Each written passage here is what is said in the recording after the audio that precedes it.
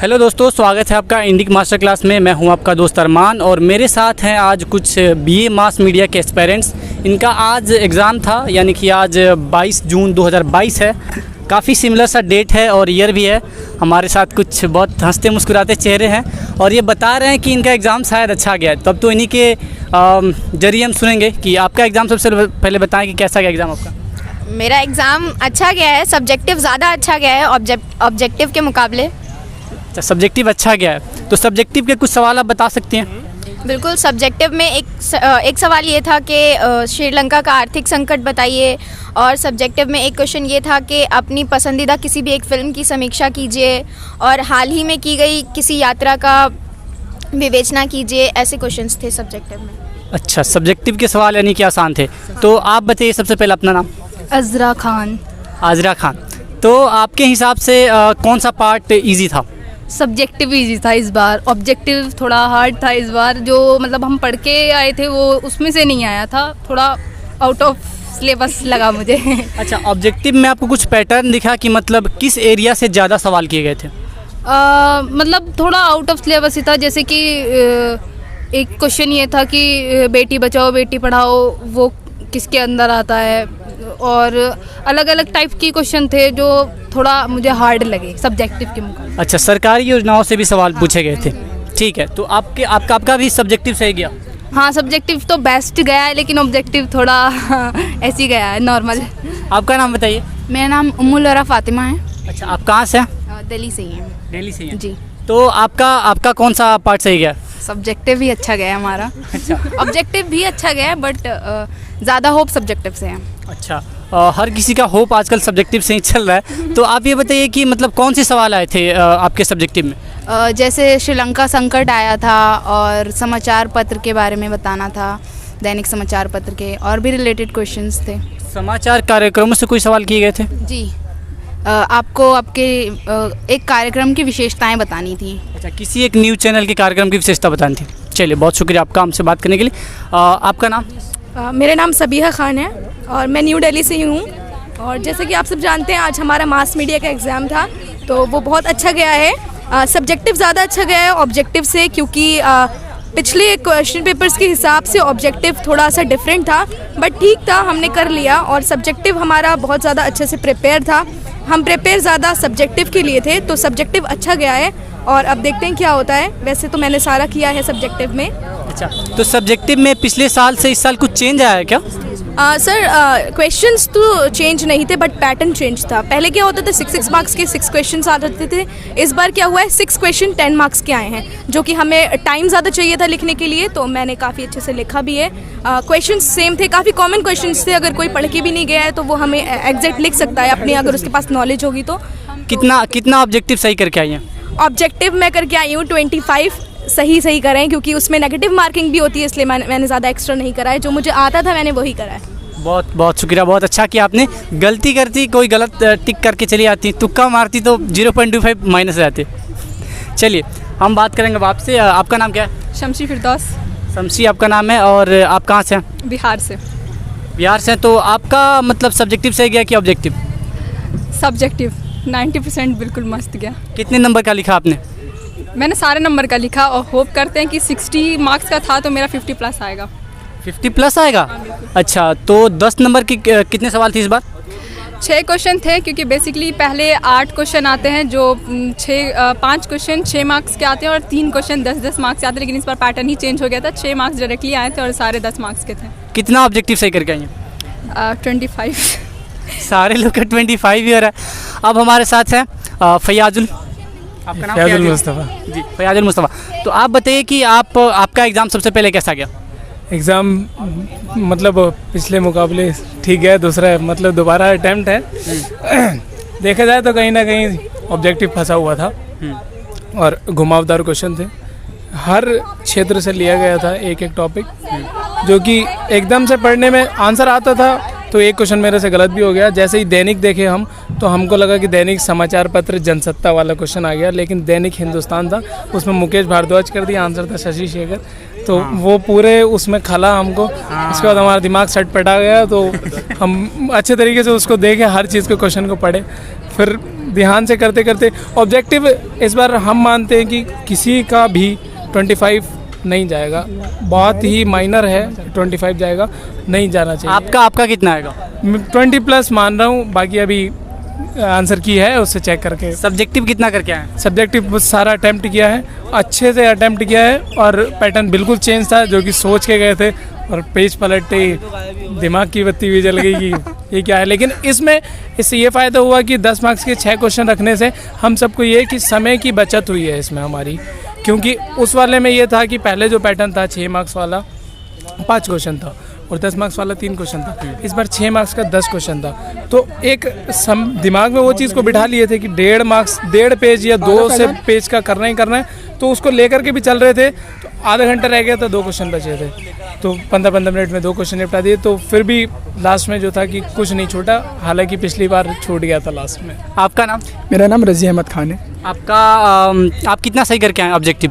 मेरे ऑब्जेक्टिव 26 सही है। 26 सही है। आपने आके मिलाया?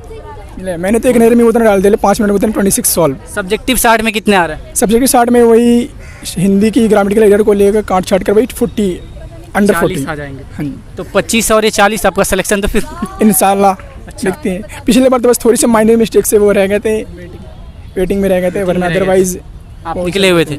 यस। चलिए बहुत बढ़िया। आपका नाम? फैज़ान। कहाँ से हैं? मैं यहीं से हूँ, दिल्ली से। दिल्ली से हैं। तो आपका सब्जेक्टिव से गया ऑब्जेक्टिव? सब्जेक्टिव कुछ ज़्यादा ही अच्छा गया और ऑब्जेक्टिव भी सही एवरेज है। अच्छा, तो ऑब्जेक्टिव क्यों इतना ख़राब गया? थोड़े अलग क्वेश्चंस थे, पिछले जो पेपर्स थे उनके मुकाबले थोड़े अलग थे, इस वजह से थोड़ा। अच्छा, कुछ ऐसा था कि मतलब इस एरिया से ज़्यादा सवाल किए गए हैं ऑब्जेक्टिव में? करंट से तो कुछ ज़्यादा ही था। किस चीज़ से? करंट से थोड़ा ज़्यादा था। करंट अफेयर से ज़्यादा सवाल थे। करंट हमने थोड़ा कम करा था, इसलिए रह गए वो। अच्छा, सब्जेक्टिव में किस डिपार्टमेंट से ज़्यादा सवाल थे? सब्जेक्ट में तो जैसा पिछला पैटर्न था बस वही सेम ही था। इसी पर था। कोई सवाल बता सकते हैं कौन सा सवाल आया है? श्रीलंका का क्राइसिस आया, क्योंकि वो अभी चल रहा है ना करंट में, इसलिए वो आया था। वो सारे ही हो गए, वो तो अच्छे थे। एक और कोई सवाल? एक इस फिल्म की समीक्षा जो आती है वो आई। फिल्म की समीक्षा पूछा था इस बार? जी। पिछली बार शायद नहीं पूछा था। पिछली बार आइडिया नहीं है। थोड़ा नया सवाल था कि अपनी यात्रा की समीक्षा करिए, तो वो भी मैंने कर दी, जो मैं भी गया था। यात्रा वृत्तांत समझिए एक तरह से लिखना था। जी जी, पूरा यात्रा लिखना था, वो लिख दिया मैंने। चलिए बहुत बहुत शुक्रिया फैजान हमसे बात करने के लिए। कैमरामैन नीरज के साथ मैं अरमान आलम, जामिया मिलिया इस्लामिया, नई दिल्ली। तो ये था आप ही स्टूडेंट्स का रिव्यू एग्ज़ाम के बाद, जिसमें आप सबने ये बताया कि ऑब्जेक्टिव बहुत भारी था और सब्जेक्टिव बहुत आसान था। तो इस वीडियो में हम जानेंगे इस वीडियो के दूसरे पार्ट में हम जानेंगे कि ऑब्जेक्टिव के सारे सही आंसर कौन कौन से हैं, और सब्जेक्टिव भी आपको अगर जानना हो तो इस वीडियो में आप बने रहें। तो आज इस वीडियो के दूसरे पार्ट में हम ऑब्जेक्टिव क्वेश्चनों के सही आंसर जानने की कोशिश करेंगे। साथ ही कौन कौन से सब्जेक्टिव सवाल भी पूछे गए थे ये भी हम जानेंगे। तो इस वीडियो में आप लोग बने रहें अगर आपको सब्जेक्टिव के क्वेश्चन जानने हैं कि क्या क्या पूछे गए हैं इसलिए। तो इस वीडियो में पहला सवाल लेने से पहले मैं आपको बता दूं कि मेरे पास सेट सी है, आप सभी के पास अलग अलग सेट हो सकते हैं, जिसमें क्वेश्चन की जो श्रृंखला होती है, जो क्रमांक होता है वो अलग अलग हो सकता है। क्वेश्चन मैं जो क्वेश्चन बोल रहा हूँ वो आप में किसी और नंबर पे हो सकता है, पर सेट सी में जो पहला क्वेश्चन है वो मैं पढ़ रहा हूँ कि बाला बोधिनी पत्रिका किसने निकाली। तो इसमें 4 सवाल हैं, इसमें 4 ऑप्शन हैं, जिसमें से डी का सही आंसर होगा भारतेंदु। दूसरा सवाल ये है कि आउटलुक पत्रिका कहाँ से निकलती है। आउटलुक पत्रिका कहाँ से निकलती है? आउटलुक बहुत फेमस पत्रिका है, ये दिल्ली से निकलती है, और इसमें होगा दूसरे क्वेश्चन का आंसर होगा सी, नई दिल्ली। तीसरे नंबर पर है मीटू कैंपेन कहाँ से शुरू हुआ। मीटू कैंपेन अमेरिका से शुरू हुआ था, काफ़ी पॉपुलर मूवमेंट रहा, उसका असर भारत पर भी पड़ा और अन्य देशों पर भी पड़ा, जिसमें जो भी पीड़ित लोग थे वो बाहर आए, सामने आए और उन्होंने बताया कि उनके साथ क्या हुआ था, क्या गलत हुआ था। तो इसमें होगा तीसरा का बी, अमेरिका। चौथा नंबर का सवाल बहुत रिपीटेटिव क्वेश्चन रहा है, बहुत बार पूछा जा चुका है। गांधी जी का संबंध किस पत्र से था? पत्रकारिता का आज़ादी के समय क्या रोल रहा था, ये आपने अगर पढ़ा है तो आपको पता होगा कि यंग इंडिया उसी समय निकला था जब हमारा देश गुलाम था, और इसे महात्मा गांधी ने निकाला था। यंग इंडिया नाम का जो पत्र है उसे गांधी जी ने निकाला था, और इसका चौथे क्वेश्चन का जो आंसर होगा वो होगा ए, यंग इंडिया। पांचवा सवाल है स्वराज्य हमारा जन्मसिद्ध अधिकार है किसकी पंक्ति है। 4 ऑप्शन है पर इसमें से ए इसका आंसर होगा बाल गंगाधर तिलक। छठा सवाल देखते हैं। छठे सवाल में कहा गया है कि किस क्रांति का नारा था स्वतंत्रता, समानता, भ्रातृत्व, और इसका आंसर होगा सी, फ्रांसीसी। सातवां नंबर सवाल लेते हैं। डर के आगे जीत है किसका स्लोगन है? ये बहुत ही टीवी पर ऐड चलता है, आप सभी को पता होगा। अगर आप नहीं जानते हैं तो मैं बता दूं कि ये है थम्स अप का डर के आगे जीत है।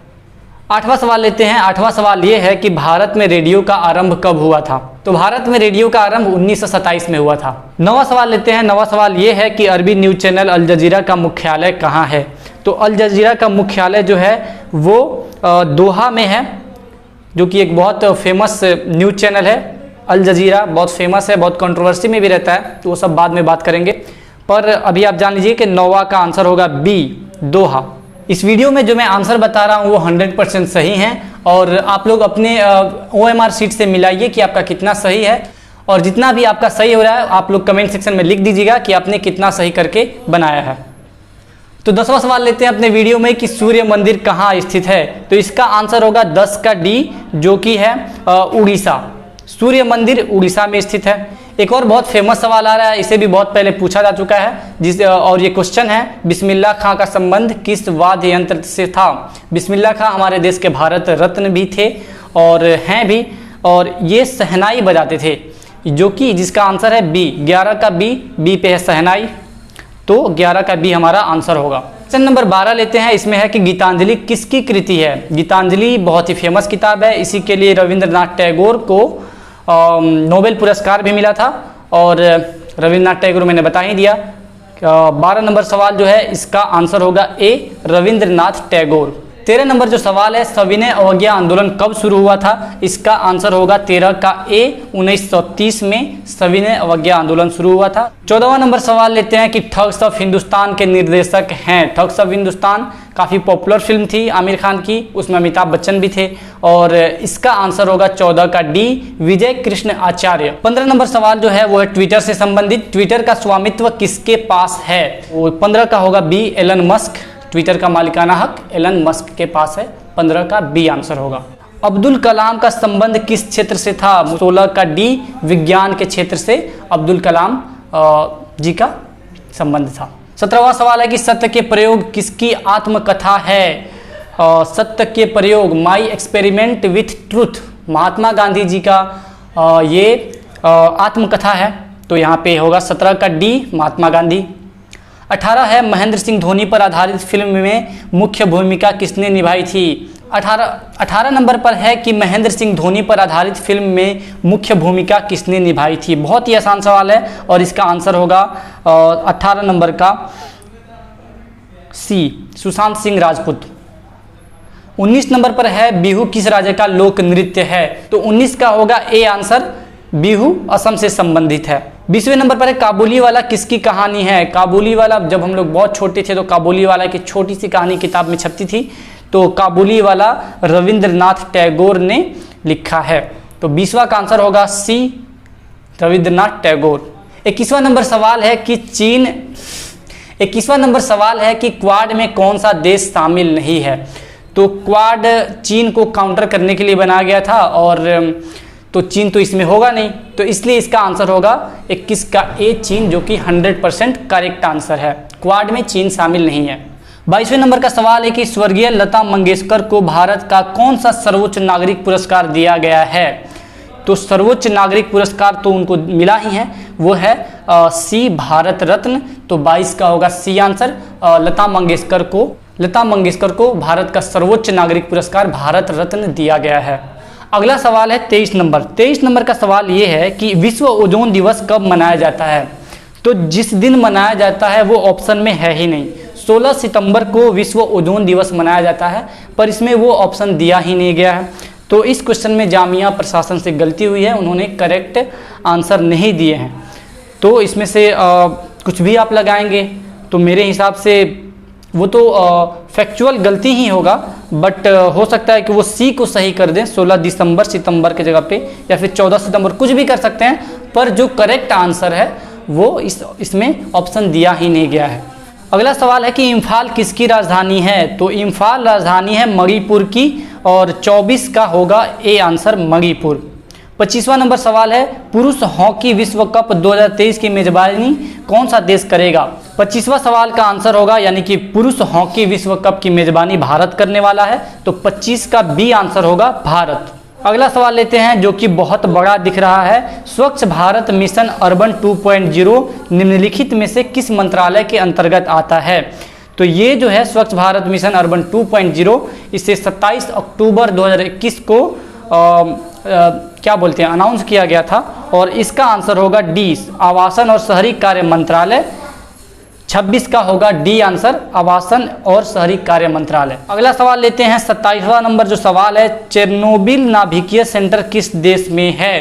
तो चेरनोबिल नाभिकीय सेंटर बहुत ही चर्चा में था, क्योंकि इस पर रूस ने कब्जा कर लिया था कुछ समय पहले।